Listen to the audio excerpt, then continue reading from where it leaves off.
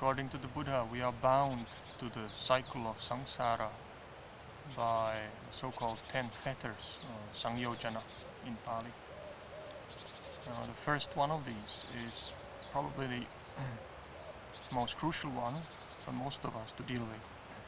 It's called sakkaya-ditthi, or personality view, identity view, self-identity view.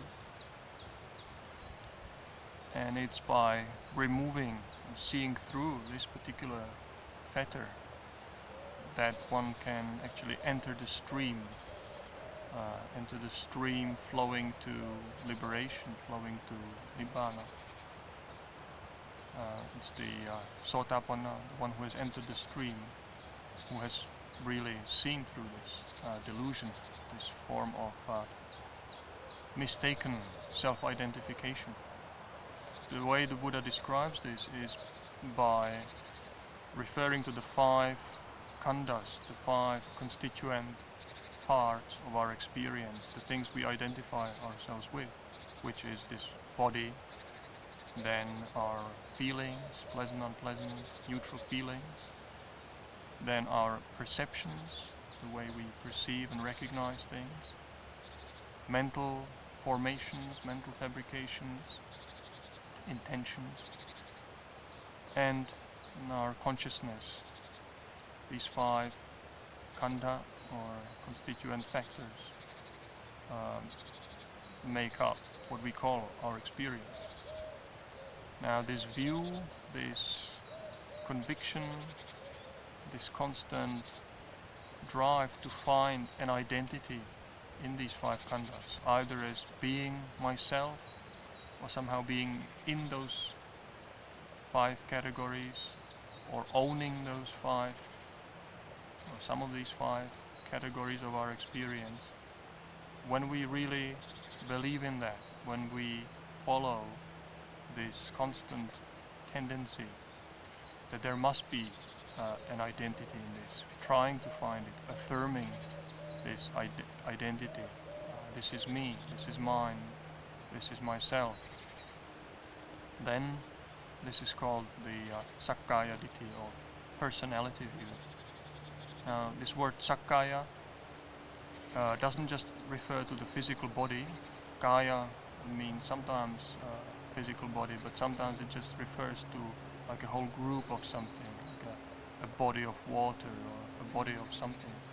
So in this particular case, it refers not just to the attachment and identification with the body, but rather to the identification with all these mental aspects, mental factors as well. In fact, there is a sutta where the Buddha says that it's not that difficult, really, even for an ordinary person, to see that their body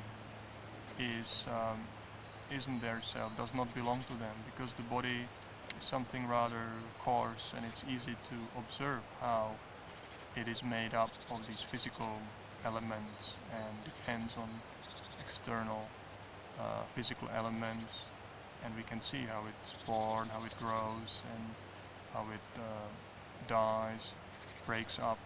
So even an unenlightened ordinary person can see that much.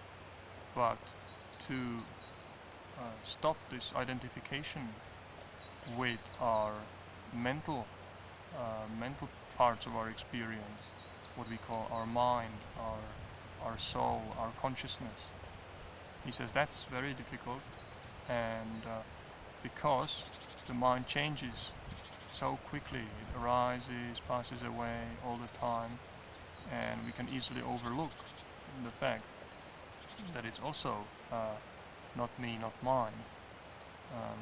The consciousness being immaterial or arupa, formless, and there can often be the mistaken assumption that this is our real self, this is really me. All these other things might be changing, but my consciousness does not change.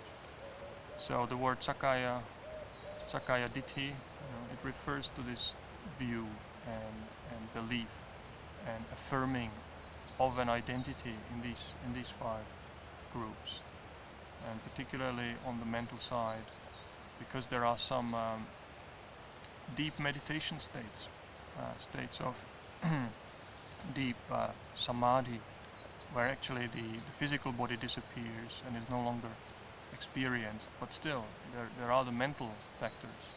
And the Buddha says even that, when one is identified with these very refined, very profound, deep states of concentration, even that is sakkaya, even that is a personality or an identity. And if one is kind of stuck on that level, one will still not go beyond this first fetter, the first sangyojana that binds us to the wheel of samsara.